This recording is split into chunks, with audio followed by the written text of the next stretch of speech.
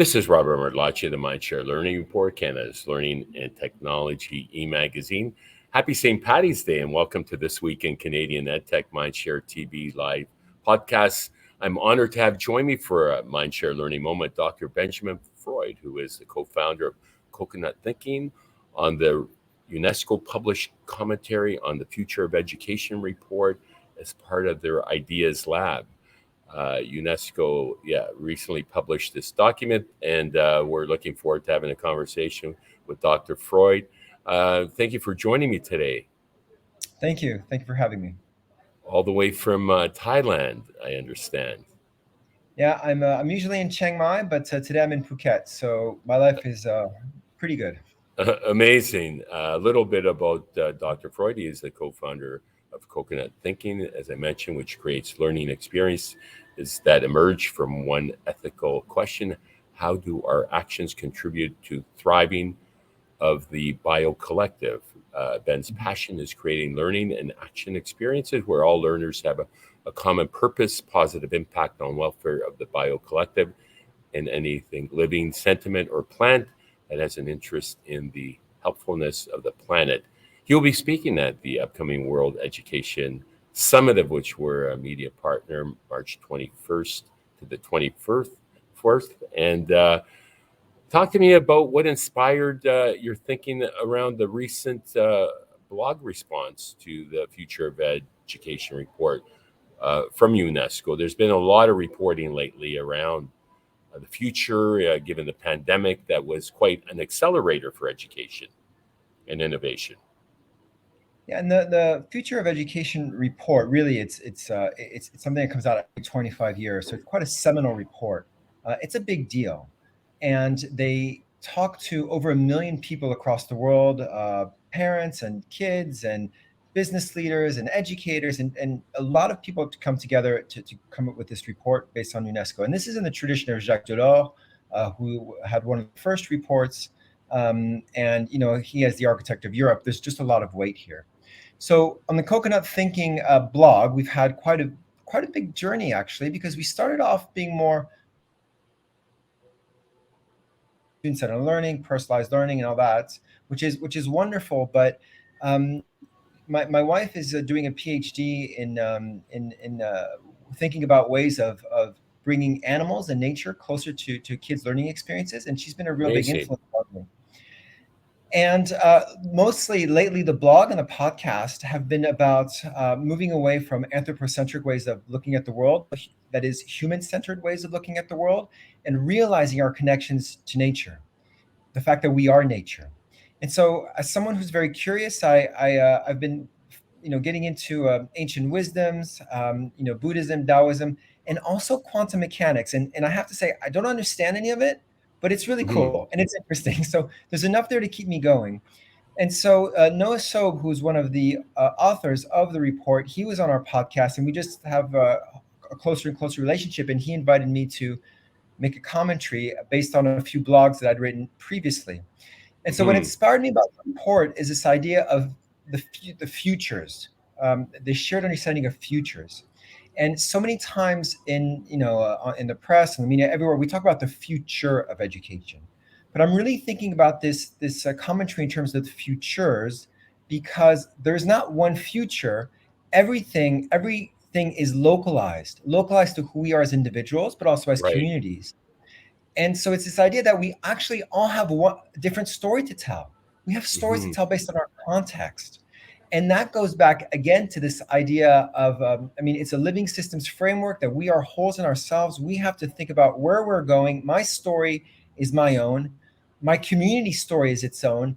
And our species story is its own. And life story is its own. But as we work towards these nested wholes, we have to think about the different futures that we all have. So that's where it came from. It's this idea that really there's been a lot of fanfare around the release of the report. But unfortunately, I think COVID has attenuated that and muffled it. But we're looking at going back to this idea that there's not one future of education. There's an infinite futures of education, because we're all in ourselves different, and we need to do what's best for us, and then maybe that'll ripple out. Fascinating. It is about context. And what intrigued me when we were talking off air in preparation for our conversation is the notion of curriculum of kindness that you talked Mhm. about. Perhaps you can share a Yes, little bit about that. sure. I'm very lucky. I'm presenting with Joanne McKeegan on a couple of things. With like she had she works a lot on contributive learning, and I proposed the curriculum of kindness. So since we knew each other and those were very similar, we're working together. And also, I'm doing another talk on portfolios of contribution or portfolios of kindness, whatever that title might be. And they're Hmm. both related. And it's the idea that really we have an education. It values hierarchy, sorting kids.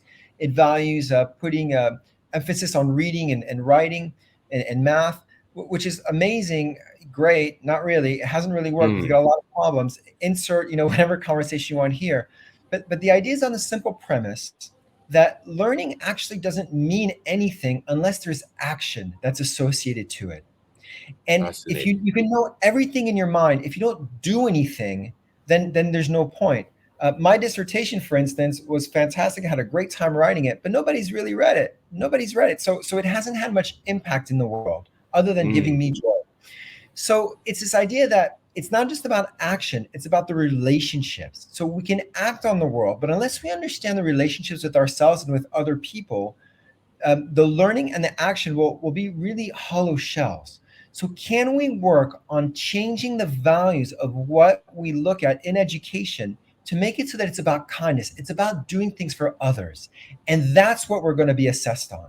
That's what's important. Our actions towards other make the world a better place. And it elevates the conversation because then it's no longer atomistic, it's and individualistic. It's about togetherness. You and I are working on a project together to make the world a better place. And it's thinking about that social learning rather than individual learning for good. Fascinating. Love your thinking, and it's really challenging my thinking, and there's a lot to unpack there. The social learning is incredibly powerful. We experience co-working and co-learning on a regular basis here. We've infused, you know, uh, co-op students, interns from both K to 12 and post secondary higher ed, if you will. And it's that relationship. It's learning is an emotional process. And when the more you appeal to their senses, and 2 days ago I interviewed Claudio Muca, an architect from Zebra in Denmark, who did a project here in Toronto, and he just released the Wise Journal, an ebook on learning and work in the future. And it's a interactive book, and I highly recommend it because it captures case studies from all over the world, and the environment is integrally important part of the success equation. In fact, Yeah. 18% of the success of student success is attributable to the environment alone. A professor did research on, and those relationships that you talk about and the empathy is interesting. In kindness, it's all intertwined. We talked earlier. Finland teaches empathy throughout their entire education system, and it's no surprise that they're one of the top systems in the world. So where have we gone wrong? This industrial model in North America and other parts of the world is still existing. And Dr. Steve Jordan's talked about the potential for the great snapback after all this innovation that occurred during the pandemic. Yeah, and I think where we've gone wrong, and this is something that Olka Joshi Hansen writes about, and as do others, is going back to the scientific revolution about our separation from nature. Descartes, Bacon. I mean, Bacon said, let's torture the secrets of nature out of her, right? And the separation that we're away from nature, and that is a Western concept. And the fact that we've got the same education model throughout the world is a form of, I mean, it is coming from colonialism, and we're still to this day living this colonial mentality. But our separation from nature is the problem. Compartmentalizing, fragmenting, everything that makes it so that it's not just a relationship between you and me, it's a relationship with nature, relationship with animals, relationship with what we eat. All these things are fragmented. And so no wonder we live in a world where there's where there's such difficulty still to this day, even though we can do better, because we have lost our relationship. Now, I'm not going to pretend that there weren't difficulties before, granted, but Right. this is the first time in the history of the world, the first time that we could, if we wanted to, feed every single person in the world. And yet people are starving in Yemen, starving in Madagascar, starving in Sudan. There is starvation, and yet we could feed everyone in the world if we wanted to. Hmm. That's the first time. But It never happened before. you alluded earlier, it's about action, right? Yeah, it's about action. Absolutely. And realizing our interconnectedness as a human species, but also again as part of the natural world. Your question of the snapback, it will snap back. There's no question in my mind, and the reason is because without realizing these connections that we have with the bigger world, that this living systems thinking, it will continue to be a meritocratic system that values quantitative scores, pieces of paper on the wall, competition, scarcity. It can't help but come back because education is so conservative, and they've been trying to change it since John Dewey. That's what, over 100 years, and it's still where it is. So I don't think anything's going to go back. I don't think anything's going to change fundamentally unless you reinvent it. And when I speak of the curriculum of kindness, I'm actually thinking that down the road, I'm going to ditch the word curriculum. I hate that word because it carries so Hmm. much baggage. Same thing Right. with school. Maybe ditch the word school. It carries too much baggage. As long as you say we have an innovative school, people are still thinking school. Let's call it something else. Let's call it, I know Yeah. Stephanie Marshall wants to call it, she calls it labs of imagination. Why don't we call it places of becoming? Something other than school, so we can write a new narrative with new words. Because if you write a new narrative with old words, it's just going to be an old narrative. And the snapback will happen because we still value the same things.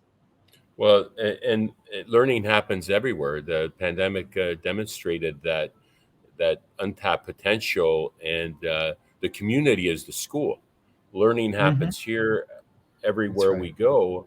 I mean, it's you know, adopting a mindset, that growth mindset, that really you know should be taught. Learning to learn. I learned about a platform that does a Myers Briggs inventory of kids at an early age, and Mm. then it allots them an animal that they closely can follow to help them chart their path. So it's a relatable experience.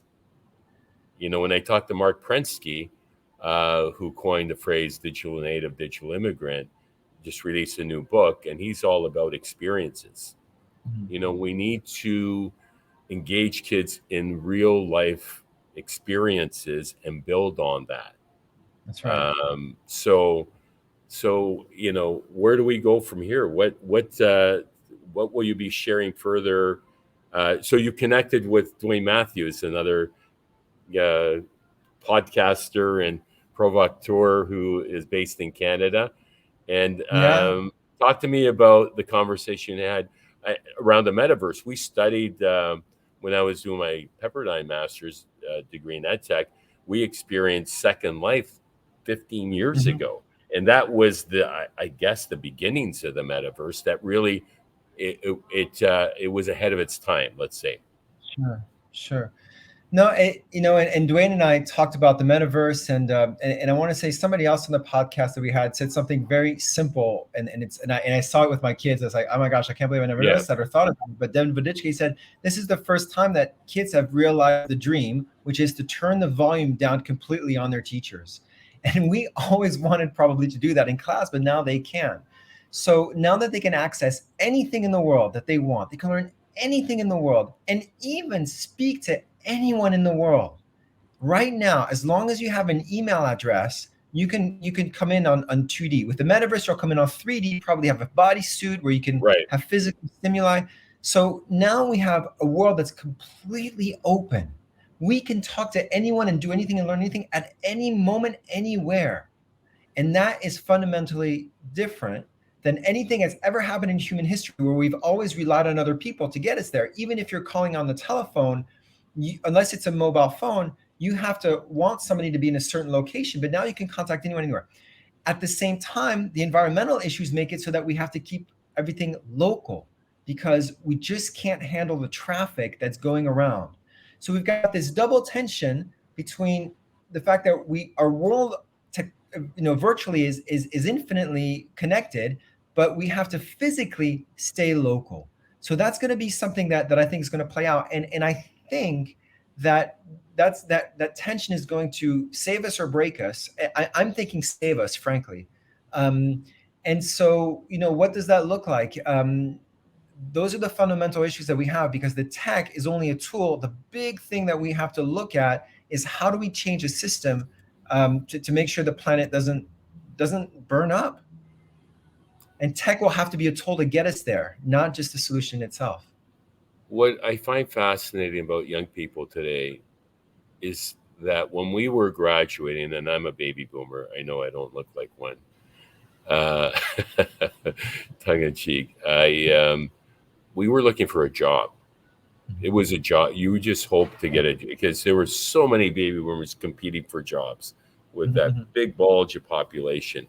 But the young people I meet today, and I've never been more optimistic about the future because they want to make an impact.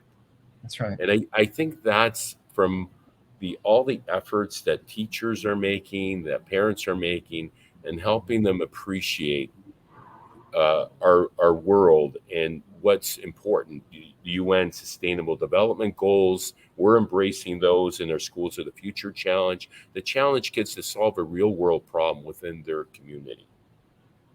I'm gonna push the envelope here. Yeah. Just to kind of throw things out there as a possibility that really it's not I kind of, sustainable development goals bring us to fantastic places and move our thinking.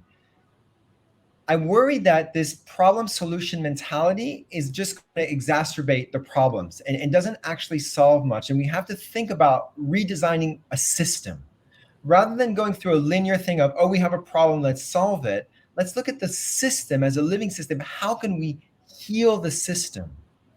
And the SDGs are great. They get us talking, they get people thinking, they get action going. It's wonderful, but it's going to be, a milestone on a journey, because really we need to think about them not as goals, and we certainly don't need to think about them in terms of development. And it's more of a mindset. That sustainability, regeneration is a mindset. It's a process, and it never stops. And this idea of goals means that we're going to reach somewhere at a certain point and then we're good. But it's not that, right? And even the way they're organized, there's like 16 of them plus a 17th one thrown at the end. Only 3 of them deal with nature. Only 3 of them. And if we're not careful, it perpetuates a fragmented view of the world. We have quality education, zero hunger, economic development, whatever it is. And those things are all linked together. And it's really important, anyone dealing with the SDGs, to realize that they're all connected. And to realize also, and this is one that really I want to emphasize, that the one, number 4, quality education, the word nature doesn't come up once under quality education. Not once. That's interesting. So it's wonderful, great that it's having people talk, but we need to go towards more of a process and a mindset rather than a goal. Fascinating. And so we had the Industrial Revolution of education. So what's the next revolution of education? I feel like we're on the cusp of it. We're in it. The pandemic is pushing the envelope. So what's next? Well, educare, the word for education, means to bring out, right? And the industrial model has been more to fill. So it's been completely reversed. I'm just wondering, if the idea is just to, as someone who studied revolutions in school, things always come from the fringe. Revolutions don't happen at the core, otherwise they're not revolution, they're just changes. And those changes never really happen, in ways that are revolutionary. So on the fringe, I think it might come down to the fact that certain pockets, certain people, first of all, then certain schools and certain communities, kind of like a fractal, start to really write their own rules. And I'm not going to use the word innovate because I worry that innovation is still making something better. I'm wondering if it's a question of now reinventing everything, redesigning a system that has different values and just saying, you know what, we're going to do this. And then as these pockets show up, and this might be 10, 20, 50, 100 years if we have time, but as these Right. pockets show up, they network together. And then little by little, much like a little ball of mercury, they just become bigger and bigger and bigger, and then eventually get to critical mass. Nothing's going to change within the system. There's too many corporations who benefit from this, from the capitalist system that creates these schools. There's too many people who don't who went through education to their values. It's too big. It can't change. But from the fringes, these pockets of schools that say, you know what, we're not going to do it that way anymore. We're going to value kindness, contribution. I mean, these are words that I'm using, but put in your other words here, but the same spirit, same semantics. Right. Kindness, social learning. We're going to value that. You do your thing, we'll do our thing. And that school over there is doing something a little bit different, but we're in the same tribe, and we're going to work together. And then we're going to work, as you said, opening it up to the community. That's massively important, because what you were saying about the baby boomers, well, they went to school for what, K to 12 and then an extra 4 years. But now people got to go to school until they retire. Right. That notion of lifelong learning, right? Yeah. But they have to completely reinvent themselves because they might be replaced by a computer. So they always have to reskill. And they say that people are going to change careers 3-4 times in a few decades. So we're always going to go back to school. So then school can go from 5 to 75, 85, 95. And so they become places of becoming. No more schools, but places where we grow, we learn together with the community, bringing in artists, bringing in painters, bringing in plumbers, bringing in technicians, bringing in architects, and we're all together in a community of learning.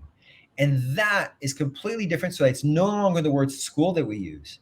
And then little by little, much like your product, like the innovation hockey stick, eventually people will come on to that. And then much like every product, maybe eventually it'll decline in a few centuries. Who knows? But it's just going to take that, just pockets coming together, early adopters, because we're not going to be able to change it from the inside. One final question, Dr. Freud, what gives you hope for the future? What gives me hope is conversations like this. It gives me a lot of hope, the fact that, again, technology has allowed me to just be able to talk to so many people across the world who feel the same way. And before, we were physically contained within our local communities, I guess, and the people that are there. But now there's a potential of, millions of people that I could talk to about these things, and then we're able to connect and talk together. And it reminds me a little bit, when you join an organization or school at the beginning, it's okay just to come and say, "Hey, Robert, how's it going? I'm Benjamin," and it's socially okay. I feel like that's how it is right now across the world, where it's okay to say, "Hey, I'd love to have a chat. Let's talk," and then connections are made. And people are going to come together like this, like-minded people, and those networks that I was talking about are going to happen much more easily because now we're used to it and we're okay with it, and people realize that need for change. With that, thank you so much. Such an honor to speak with you today, Dr. Freud. Thank you so much. Thanks, Robert. That was Dr. Benjamin Freud, the co-founder of Coconut Thinking, who will be speaking at the upcoming World Education Summit, March 21st to 24th. Online. My name is Robert Merdlanchi of the MindShare Learning Report. Be sure to check out www.mindshare.learning to get your latest issue. And until next time, stay healthy, stay safe, and keep the learning curve steep.